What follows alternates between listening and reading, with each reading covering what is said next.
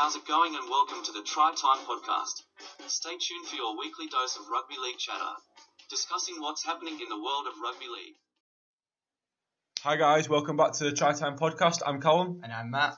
And today we're back with episode 7. It's the first one since the season started. So Super League's back, Championship's back, Rugby League's back. League One's not back. League One's not back just yet. But yes, first one in the actual season. That's not just a pre-season prediction or like assumption or anything. So which hopefully means we can stop chatting out of our ass and give you some actual information. Actual stuff that's going on. Talking points, reviewing games, looking forward to the next games. Talking point number 1. Out of 10, how much of an idiot does he look dressed as a highlighter? Right. We're going to leave that. You've come in Hull FC's away shirt for the year. Anyways, moving on to more rugby-related matters. Yeah. We're going to look at the headlines first. Some news stories from last week or so. Then we're going to get into overreactions from week 1, like a little fun sort of like game we're going to play. We've got some brilliant fan comments here of what some of you guys have been posting, and basically we're probably going to rip you to shreds. So keep posting ridiculous opinions where we can see them. And if we put anything in there that's just begging for someone to put a stupid comment on, please be that person. Give us all something to laugh at. Give us some content. Yeah, please. Right, so Start with the news stories. And I think both the major ones coming from today, actually, being Monday, the day of recording. And we'll start off with Shaun Wane appointed the new England Rugby League head coach.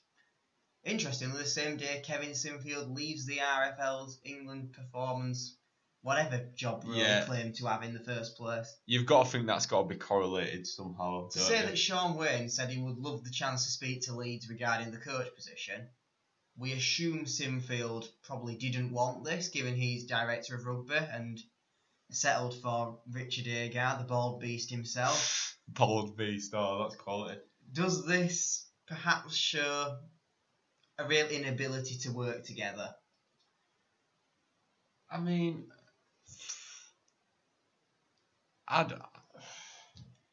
it's a tough one, I think. What do you reckon?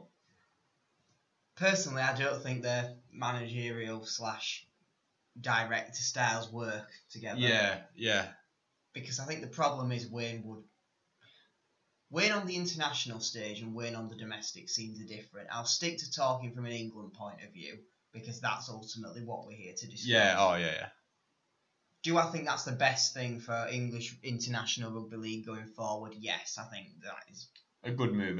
Definitely. A bold, strong move that I like. Better than Shaun Wane, better than Wayne Bennett, I should say. Yeah, although I think that's going to get really confusing, Wayne and Wayne. Yeah, you can't underestimate what Bennett actually did for England, because I think it sort of it come crashing down at the end, but it were really good. Like World Cup, it were really good. The World Cup was brilliant. The last one was, frankly, kind of terrible. Yeah. But I think he'd passed his time on. He'd done all he can with that group of players.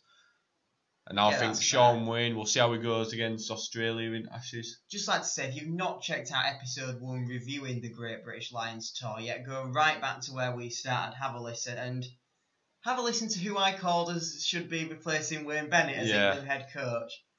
Now, to the person who commented in one of the Bradford groups the other week, who's that tit wearing red? I secretly clearly have the mind to run the RFL. There we go. Right. That's what we've learned from this. But yeah, go check that out. Go check out those other episodes if you haven't already. I mean, a lot of them are timeless. They're just sort of He's not going to blind you with some strange jacket choice on those ones. Yep. Although he's going to talk about Bradford. I'll give you that in advance. Probably. You're probably right about that. So yeah, I think Shaun Wane, overall, good appointment. Good appointment, yeah. I think... we're both happy. No doubt we'll be talking about this come November. Yep, and watch November. And if we go out in the group stage, we'll be saying she never left Wigan. It's crap. Blah blah blah. And then there'll be someone else. We'll do all right. Yeah, I think we'll manage against Australia. I mean, I think as long if we win one of the 3, I think then that's happy days. Yeah. Especially looking ahead to like the World Cup next year. Hopefully. Yeah. Moving on to the second big story of today, and that is Luke Thompson leaving St Helens to sign for Canterbury? Yep. I'm glad I got that one right. I'm going to say, I was thinking, could you get that right? But yeah, you did. It wasn't going to be that. I'm glad I didn't say Canberra, which is where all the Wigan lots seem to end up. Yeah, I think very good signing for Canterbury, and I think I've seen a lot of Australians as well sort of appreciate him and think that's a really good signing. It sort of mirrors a bit James Graham going from Saints to Canterbury. Exactly what I was going to say, the new James Graham. Yeah, and I think he's a different sort of player to James Graham, but I think he's a quality rugby player. Good NRL quality. Big loss to St Helens. Yeah, but I also think Saints, it's sort of that thing where it's like, wait, let's go win it again this year, and then we'll let Thompson go, and then they've got that many good young props coming through. It's like... Yeah, sorry, Kyle. Yeah. I don't think this is going to be your big chance to permanently dislodge him. But I just think it's like they've still got Worms, haven't they? At least they haven't lost them both. Yeah, that's Touch true. wood for any Saints fans out there. Yeah, if Wormsley leaves now, you can blame him for that one. Yeah, I don't think he will though. I think he's sort of a suit. He's going back to Batley or wherever they got him from then for next year. Join Sean Lunt. No, I think it'll be. He's a sort of super. I think he's just going to be like that Super League player who's all. He'll probably stay at Saints his whole career, I reckon. Do you think? From now, yeah. Be like a bit like a Peacock. Even though he spent a long time with Bradford compared to what Wormsley spent at Batley. No, yeah, but what I'm thinking is, as in, like, I actually see this Saints era that they've got going on is very similar to what Leeds maybe had going on, started 10 years ago, with your Peacock, your Burrow, your Maguire. Which means this time next year we'll be sat here saying, how do you rebuild a club like St Helens? Yeah. Anyway, we won't get into that one. So...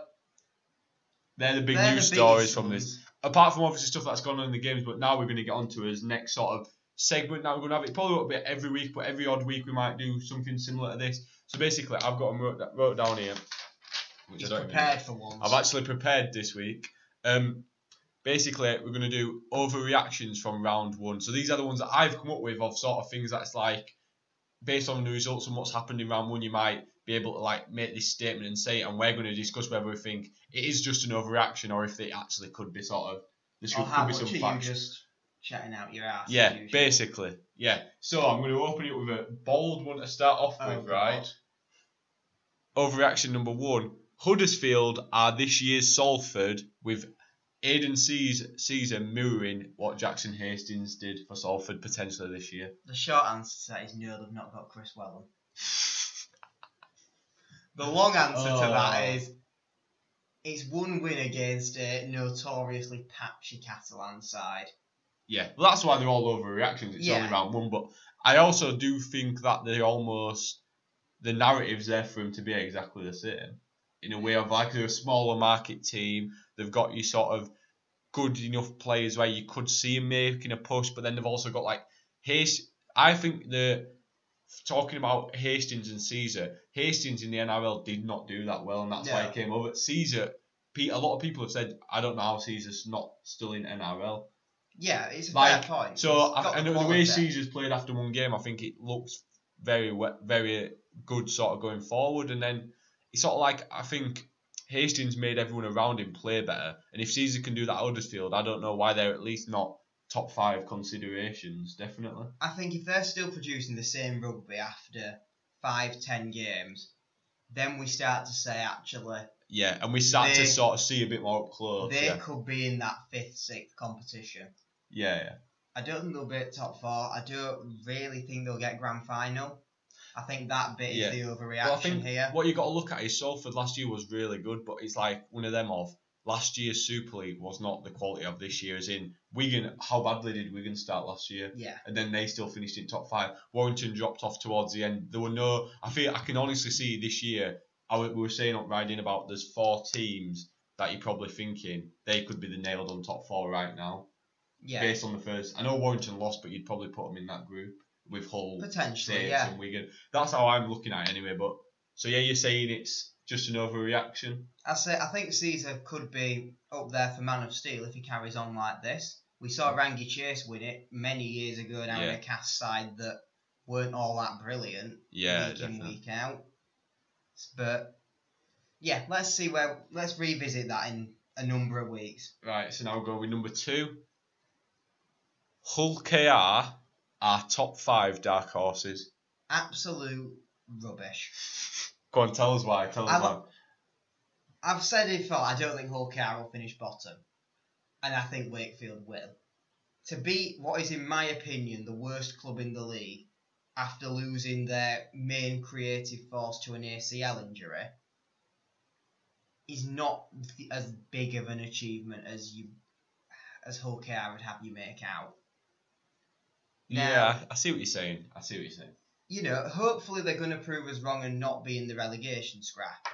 But top 5, really? You think they're going to be next best after the 4 you just mentioned, Hull, Warrington, Well, Saints, that's why and it's Wigan? dark horses. It's not saying definite. It's dark horses potentially if they can rack up wins at home like Castleford are probably going to be better than them. I would hope Leeds are going to be better than Yeah, that. and then you got your argument. You like your Huddersfield, your if you're saying they're Catalans. up there. Catalans potentially. They're going to probably hit some. Maybe. Catalans are going to hit some form at some point in the year. It aren't they? always You'd like to happens. think that always seems to be the way it goes. Hopefully that'll be around Challenge Cup time again, just to get some Yeah. really interesting Oh, dynamics going on there. But no, for me, Hull KR, you're probably going to be safe, but this year's about consolidating Yeah. that Super League status. Yeah. Top 5 is probably out of the question. Yeah. And I don't think there'll be too many Hull KR fans that even argue with me on that. Oh one. no, I imagine. Unlike you, who they probably hate by now. No, I wrote this down, haven't I? Saying Yeah, it was that an the dark horse- overreaction to Yeah. take the mick out of Not them. to take the mick, man. You only take the mick Well, out we've got of another one that KR. you'll be interested in. Oh God, go on. Number 3, Wakefield relegation favourites. I've said this since day one. Now, this isn't an overreaction in my opinion. This Yeah, is because a that's what you always. It's sort of. I predicted that. Men, if you haven't seen my full predictions, we've already determined that I am the rugby league god of this podcast. So go listen to that. That's exactly how it's going to play out. Oh, yeah, with Chris Wellham at his team Chris at Wellham, Decade. yeah. Oh yeah. So what you reckon? Just not elsewhere? I think that's perfectly fine. Yeah, I think that's a for very me, obviously, reasonable I assumption. actually in my prediction I had Hull KR to go down, and I think sort of Wakefield after that game, not just because Hull KR beat him, but I just think Wakefield, especially with Brough injured, arguably the most consistent, best. Without them, I don't He see was how the they number function 7 as of well. the decade Yeah. in my team. And It's one of that's a them. big Now loss. they're looking at going with Hampshire and Miller in halves, and I don't see I'm much assuming direction. Walker at fullback. Well, but Walker's he's not back out, yet. Walker's out, so it's Jowett. I've watched an interview. So this is through my fantasy team, which I was going to talk about later. But I did watch the interview with Chris Chester because I have Brough in my fantasy team, and he said Jowett's going to be playing fullback with Hampshire and Miller in halves. Which And I don't see any direction there. Hampshire and Miller on their own, I think, are both Super League quality standoffs, but I don't see him having that quality at number I think 7. Hampshire definitely is. I think, to be respectful to Miller, I think he's about the Jamie Ellis level of player that's hanging on to Super League gigs. Potentially, I can sort of see where you're coming from. On his day, though, maybe a couple of years he ago. can definitely play well when it's going for him, but I don't think he's. Yeah, so for me as well, I don't think that's an That overreaction. top I don't player. think it's an overreaction. I think that could be factual. Sorry to Wakefield fans. Going back to that point though about Danny Brough, to me, the one thing that came to mind was Aidan Caesar is the new Danny Brough. He's given Huddersfield direction again. Oh yeah, which is what they lacked last year. And that's potentially what Wakefield That's are going what to struggle Matt for Frawley lacking couldn't this quite time. give them last year, actually. Yeah, Right, so we're going with number 4. It's a big one. go on. Sonny Bill Williams and George Burgess are going to be busts. Well, they're not busting through any tackles, I'll tell you that one for nothing. Well, not after week 1, they're not. No, I'd be more concerned for Burgess than I am for Sonny Bill. Yeah, Sonny Bill hasn't played rugby league in five years. And let's face it, a prop forward in Union would not last 10 minutes in a league game. No. It's a big fitness change. Now, it was quite amusing when he dropped the first ball of his Toronto career, but He's in gonna all rip it up, seriousness, he probably will hit the ground running towards the back end of the season. I think it might take a lot longer than people have thought. Oh yeah, but I think once he gets in groove of it. Do I think he's worth the money? No. But I I think also it's entirely a PR stunt. Yeah, which I think it makes him worth the money for that respect. Does he get that much in though? I think so. I think so. I would argue so. My argument is this when it comes to Sonny Bill. If we're saying Toronto's marketing ploy is going to work around Canada and America, how big a name is Sonny Bill over there? Because it's all well and good promoting Toronto in Australia, where they've got practically no respect for Super League anyway, and that's for the golden generation Leeds teams, the Wigan and Saints teams that have dominated in recent years, not some poxy Canadian outfit in their first season. Yeah, I know what you mean. And that's not me being disrespectful to Toronto. Like, they have not got a history behind them yet. Yeah, I think there's a lot on his Who shoulders. are they trying to convince with this signing? Because for me, you'd almost say they'd be better trying to just get some big NFL player and sort of he'd attract a lot of American Canadians. But then again, Jared Hayne had a stint in the NFL and he's not got a club in Australia. That would have probably been a better addition. Yeah, but then you've got to look at there's all the logistics of all that as well, isn't there? So we can't sit here and say we don't know what's going on necessarily behind the scenes. But I think when you're here in Toronto having a 23-man squad and wanting extra salary cap, as much as not all of Sonny Bill's salary is on that cap, you have to question: are the priorities actually in getting a solid rugby league squad, or just some fans hit the headlines? Because they'll be if they're going for that second approach, they could be in danger of going down. Personally, I know a lot of people bad words have been said about Toronto, but I'm not the sort of person who's going to say out like that. I think at the end of the day, they're in Super League. Fair play to them. They didn't seem to be doing terrible against Cass. I mean, I did not watch the game live. I know you was there, so I will have a bit more comment on that one later. But I mean, to only lose by 18 points, it didn't seem like it could have gone a lot worse for them. Yeah, definitely. But the worry is the squad size. If they get a few injuries with a 23-man squad, definitely, they could almost be cut adrift with Wakefield at the bottom. Yeah. Because Wakefield's league run kind of depended on their injuries. And they haven't started well on that front, have they? No, and Toronto I kind of feel got the same problem. Yeah, I would agree with you on that. I think that's an overreaction for me. In terms of George Burgess, because we've not really discussed him. Yeah, but I think he's injured though, isn't he? But then why is he playing? Maybe that's on Adrian Lamb's shoulders. Maybe so. I mean, Murdoch Masilla practically sent him straight back to Australia through the centre of the earth with that hit. Yeah, 16 minutes. And I'm hearing reports coming out of Australia. He was one bad injury away from having to call it a day. Yeah. That's concerning, even if it is just rumour. Yeah, we'll have to see. I think it's an overreaction. I don't think you can call it after just 16 minutes. Sonny Bill might come good in terms of his on-the-pitch performance. Definitely will give Toronto something extra off it, even if it's not quite worth what they're paying. Burgess, for me, is going to be one of the flops of the season. You really? You're making that statement? I'm going to agree with that part. I think Burgess will come good. I think Sonny Bill will come good. I don't think we'll really... I think everyone will just have forgotten about this first round. In terms of their two performance. Oh, no. Warrington fans never forget. Oh, that highlight. Yeah, they're still remembering the last time they won the league. Oh, wait. Oh, God. Right, Warrington fans are going to be... Sorry to the one Warrington fan that I definitely know was a big fan of the podcast. We don't hate you, I promise. Right, so number 5 now. Right. Go on. Here's one that I'm interested to see what you're going to say. Oh, dear. Should Leeds have let McDermott go? Obviously, I know it won't end of this season or anything like that, but I'm just going to come up with a very short answer for that. In fact, I'll start with a short answer, then I'll explain it more. Yes, but they've not recruited the right replacement. All right, yeah. McDermott's atmosphere around the dressing room wasn't great. He'd come to his end, I think, for me, with Leeds. Ferner wasn't brilliant. I think we can just say that. That's the thing. And then you sort of picked up a bit with Agar at points, and then it's just you haven't hit the ground.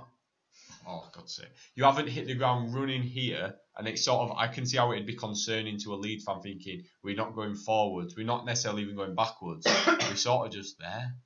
What has Agar done in his career? Oh, I agree with you, but then there has been times where you've played really well, especially last season. There were games. He definitely played a good part in keeping us up. And, I'm not going to take that away from him. But is that all he's going to give you? Is he not going to be able to push you to top 5? But when your sentence that you pretty much start with is, I don't want the job on a permanent basis, why are they giving him the job on a permanent basis? He's clearly not up for it as much as you want your head coach to be. I don't know what they're doing back in the boardroom, because that, even if he is, it's a PR disaster straight away. And it's not like you're getting a big name in who at least carries some reputation. And gives fans something to sort It's like Sean Edwards at Wigan. It's a farce. Yeah. I don't know what the answer is, and I don't... Wayne Bennett? No. You're not I don't think that's the answer. I just throw a nail out there. It's a fair point. I mean, I would have said... I don't You'd probably take it. You'd probably take it, wouldn't you? It's difficult when our under-18s have been dominating the league with brilliant rugby. And there's a big transition between under-18s and first grade. Yeah. But, you had signs there, and now it doesn't look like Burrow's going to be able to be our head coach going forward. Yeah. Which, potentially, that is the spanner that's gone out of the plan. Could be, yeah. Is it survive under Agar for a few years and then promote him, or was it?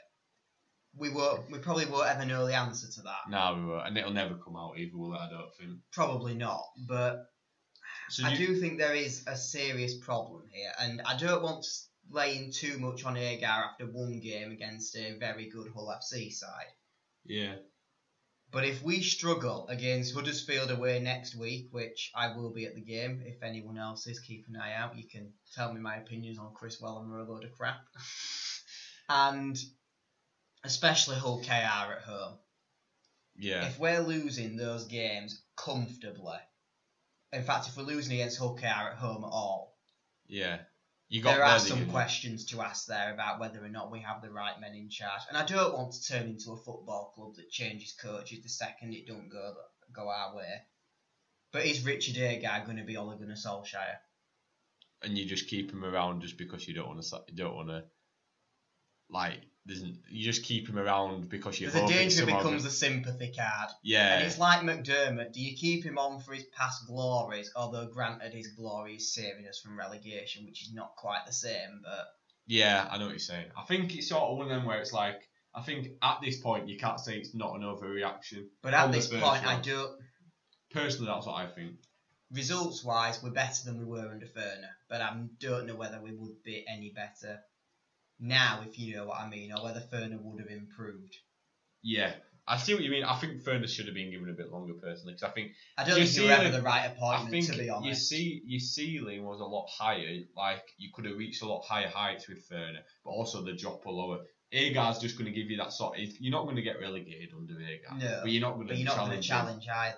Whereas with Ferner, you could... One week you could win, you could... I mean, I don't know the exact results from last year off the top of my head, but I know there's some games where you look like you could be one of the best teams in the league, and then next week you they were poor, to be fair. But so for me, Ferner was the wrong appointment, and we've never recovered from that. Yeah, I probably would agree with you on that. Right, so we're going with last one. Now, this is when you might not be the most knowledgeable on. Oh God! But I think you'll have a say on it. This championship season will be the closest yet in the last sort of 5-6 years. Like, I'm saying between the top 9 teams, which I've spoke about, I see sort of, I'm not going to list them all off. You know the top 9 in Championship. Ends really with Sheffield as the bottom 9 is the ones you'd list off. Like Halifax, Bradford, London, Toulouse, York, Fev. You thought you weren't going to list. I know, and I've definitely missed one off. Lee, there you go. I think the obvious thing to start is let's omit last year with Toronto.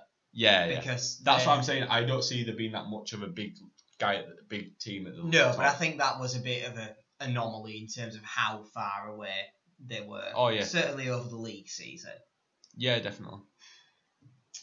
I can see one team running away with it a little bit and having us 6 to 8 points clear. Who you went with that? I think it's between 3, which I know isn't very helpful. Which you said you've got? Oh, you mean when you say you can see one team? It could I think there will be a team that makes a break. Is what I mean by that. And I think you're either going to have Featherstone, who probably have one of the strongest squads in the division, or one of the guys who have a lot more travelling to do, Toulouse and London. Yeah. One of those 3 will break at the top. And what do you reckon? Looking at the results at the weekend, I'm thinking that could be Toulouse, if any. Potentially. Lee did very well as well, to be fair. Lee did well against the Dewsbury side. But Toulouse did well against the good York side. So that's what you've got to look at. They were in France, though, I believe. Yeah, it was in France. It's going to make a difference. Oh, definitely.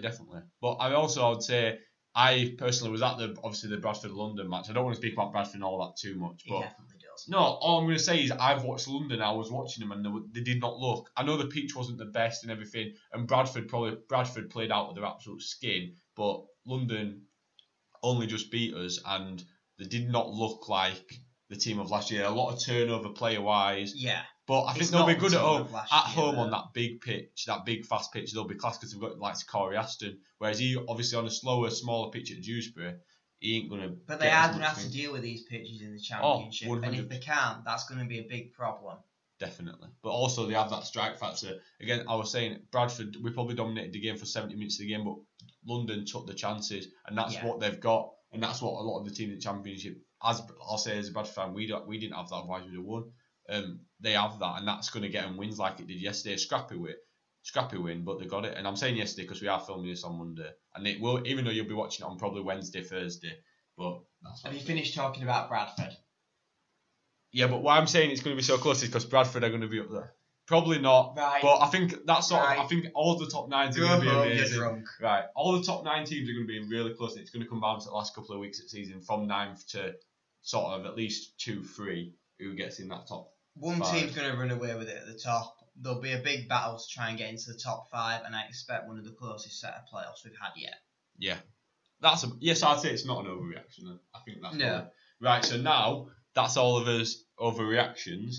Certainly that we've come up with. Now we're moving on to, I don't know if you've caught the 2 videos of us picking our fantasy teams. So we've got a fantasy league. You can still join it now because we're going to be saying who's the top every week, and obviously at the end we're going to get a prize sorted out and stuff like that. Shout out to Callum's mum first of all, who's beating him in his own league. Right, and I'm going to get onto this because I have got something to add about that. But first of all, we're going to shout out the person who's come first. Yes, we are this week, and that's over to Matt. Okay, well done to Sean Peach, whose team is currently at the top of the league with, I believe, 642 points. Very good, better than me. Very impressive. Shout out to myself in 3rd. I will take that. Well. I'm in about 39 for something. You're in 34th and 38. All 3 of my teams are ahead of your first place team. But one of my other team is just all like, it's a joke. Every player who's in that team. When did Stefan Ratchford play? Yeah, because there's no fullbacks who played for Bradford, so I had to put him in. Well, right. It's not my fault you've been in Championship for like God knows how many years now. For one, I've got a few bones to pick with. Personally, I hate myself because I didn't look up that Tierney who were injured, so that I got 0 points for him. Houghton's injured. We all give him a 0 points for Houghton, even though he's back next week. Gareth O'Brien didn't even make it into the Toronto team. So I had 3 players who didn't even bother playing. Maloney had an absolute stinker, got 11 points, so that's why I'm so low down. Yeah, to be fair, if you hadn't have had Cameron Smith at 86 points in your Bradford team, that'd probably be near the bottom of the league. Yeah, but that's the Bradford team. That Bradford team, that's a joke team. The laugh is he probably scored more than the players in your real team. No, Milner did alright actually. My loose forward, Milner did alright because he scored. Yeah. And that. But yeah, also, so this morning, got woke up at 6:30 by my mum. Not screaming, but she opened my door shouting, saying, she's second, because you're 3rd, second in the fantasy league, because she looked this morning and she was so shocked and so happy. So she woke me up at 6:30 this morning to tell me. So that's how much of an absolute outrage that is. She hadn't shut up about it since like tonight before we've come here. And I'm not shut up about being 3rd. She's now addicted to the Super League and what everyone's doing. She has Mano Omar in the team, and she was nearly crying when his try got disallowed yesterday against Leeds. Because he didn't ground the ball. Yeah, I know it was rightly disallowed, but I helped to pick a team. She picked sort of the players that she knows and some like that I suggested, and she did better than my team. I picked myself. Well, that's on me basically. That is on you. But yeah, well done to Sean Peach. We'll go next week with who's the top. Keep going. You can, like I say, you can still join now. You'll be able to find. Look on his YouTube channel. Look at the videos. We'll probably post it again midweek. Yeah, we'll get the it next out. round of fixtures either on our page or share it around. So have a look on there. Now we're going on to our last little segment of today's episode, and that's just looking to edit this weekend's games.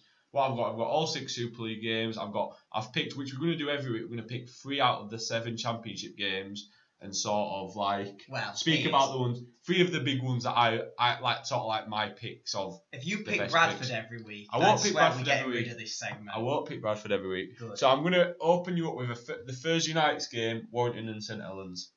Very good game, this one. Looking forward to it. And I think Warrington are going to lose 2 from 2. I think Saints are going to win it. Is that what you're thinking? Yep. I've got a prediction that I've wrote down here, which is very bold. I might have to put a cheeky bet on it just because if it comes in, it'll get me some money. Draw. Even after Golden Point? No, Saints win on Golden Point. Right, I was going to say that's a very bold claim. If you I think Warrington are just going to have to try and bounce back, and I think I could see them doing it. I mean, no Hill's going to hurt them, but... Is it though? Because I arguably think, not to sound harsh on Chris Hill, but they've got enough in that squad that they can play perfectly just as well without him. Well, we'll find out. That's what we're going to find But out. I still don't think that level is as good as Saints. Warrington have got 3 games because Hill's been given 3-match ban. Yep. So we'll have to see how they cope. But I think that's going to be a cracker game. Yeah, I'm going to try and watch that one. Yeah. Right, and then we've got 2 games Friday night. So we'll start off with Castleford against Wigan, which even though it's a big game, is not on telly. It is, yeah. It's a big game. It's not, I don't know who's going to go for that. I think it's at Cass as well. It is at Cass. That is a factor. In terms of who I want to win, it depends if Wigan want to play the number 3 and get him some fantasy team points for me this week. Why? Who would you have in? Gildart? No. Hankinson. Ah, yeah. Which I thought was a very good pick, but because you should have known that Ardick were going to play in centre. Well, I didn't think Bevan would play fullback. I thought he'd play if you'd done your research at the pre-season games, especially the one against Leeds, that's how they played it. Yeah, but I didn't watch that because I don't care about Liam Farrell's testimony. Oh. And besides, did we win that? Yeah, you did. Yeah, that's the only thing we're going to win all season. Yeah. Anyway. So what are you saying? Wigan, right. I've gone with Wigan as well. Sorry, Castle. Sam Powell's not going to be back, I don't think. Which means Lulu I will play at hooker, probably. Which means, to be French fair, will play at 6. Hardacre will play at 1. And I should have Hankinson in my team. It'll still somehow they'll end up playing someone out. They'll play Willie Isu in centre. They'll put blooming Burgess at centre, knowing my luck. Yeah, we'll have to see with that one. And then we're going with the other Friday night game, which is the one on telly, Hull Derby. First of all, I wanted to get over and watch this game, but somebody's decided that they can't be arsed and swanning off to Malta instead. I'm off on holiday. What are you doing? Going to watch Jared Sammet play some random Greek fellas? No. Plus, it'd been a nightmare on M62 anyway. Get a train. It's not that far of a walk. Right, what are you saying anyway? You can go on your own. Go do some film. Hull on my own. Go get some filming done for podcast. I'm not going to Hull on my own. I'll probably get stabbed. Right. Hull FC, OKR FC. This is going to be very close. I'm going to say FC.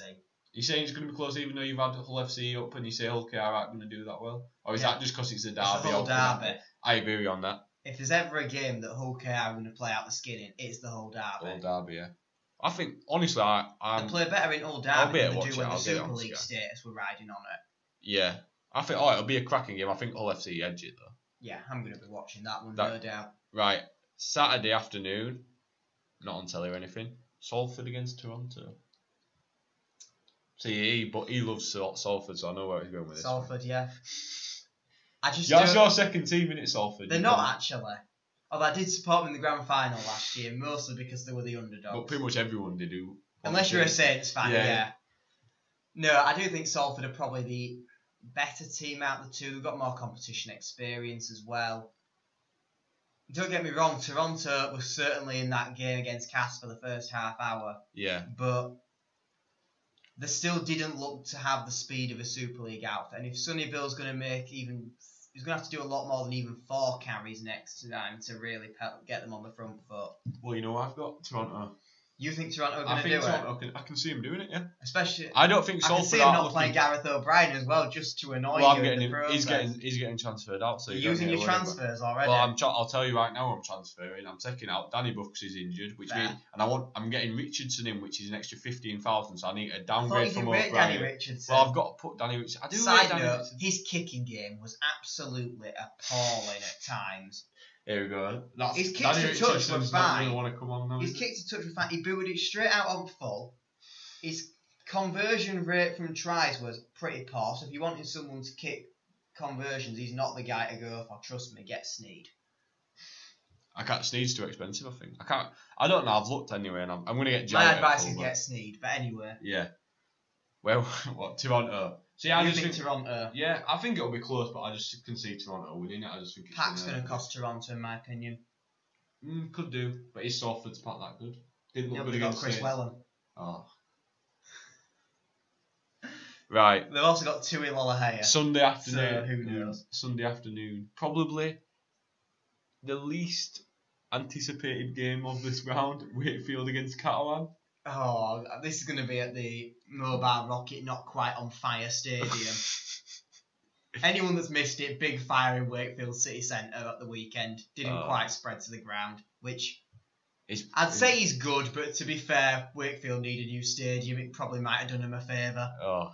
Anyway, even Wakefield fans Yeah, say I it's know, well I know. past its What are you time saying? by What do now. you think? I don't think there's too much to say about I this. really couldn't care less about this game, to be honest. I'll say Catalanta. That's what I've got, Carl. You know, in the week of Brexit and everything, let's show some support to our European colleagues on the rugby level as well. Catalanta win. Yeah, right. Last game, which you're going to be at, as you I'm said. going to be at, yeah. My one live. Oh, that's helpful.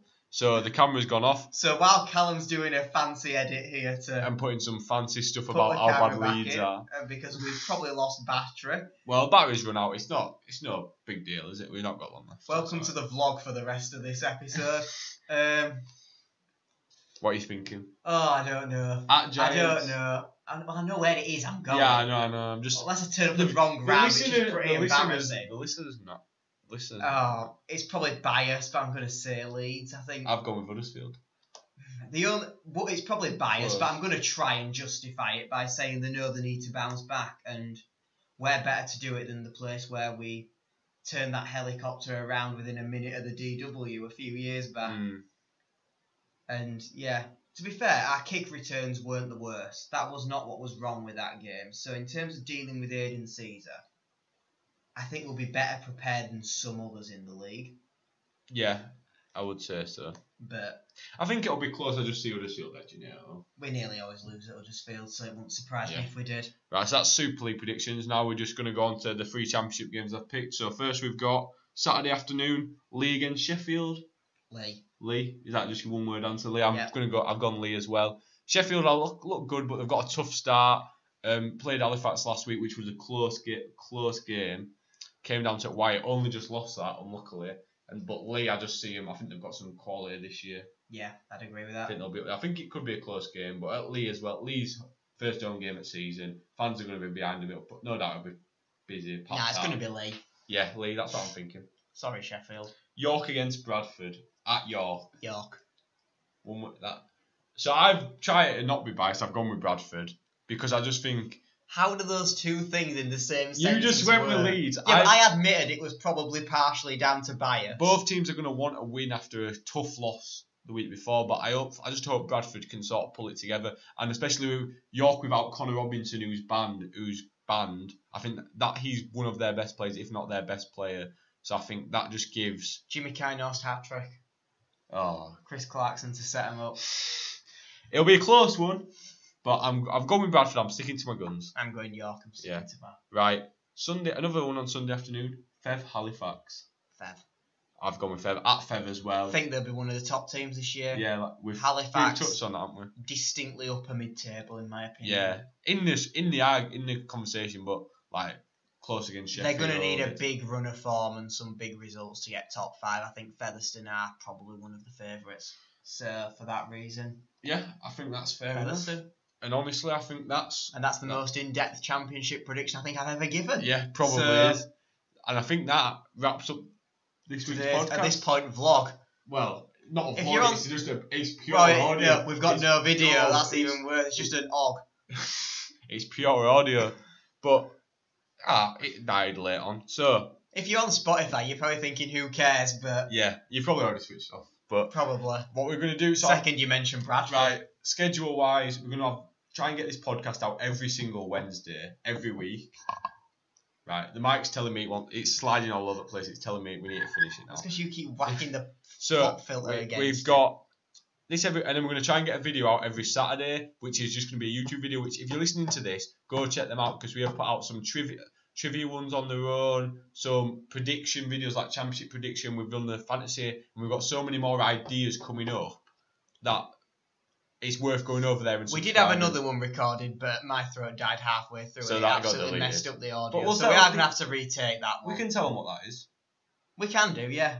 It is the Huddersfield 2013 league leaders. Where are they now? So we're going for every single player, all the main players in the squad. Yeah. Where are they now? And it just sort of we've got so many ideas to do that with so many different teams. So if you have any teams you want to see, let us know because we can make more. Also, any interaction, if you're enjoying the podcast now, if you're listening and enjoying, contact us, put on Facebook, Twitter, in the comments below. We'll get back to you. We love interacting with you, and I think that's about it. And give us some stupid comments to do in a a special show at the end. That's going to be at the end of each month, hopefully starting with one at the end of Feb. So keep an eye out for that one. Yeah. And if you've got any good names for that, again, let us know. Yeah. So, yeah, thanks for watching, and we'll see you later. Goodbye.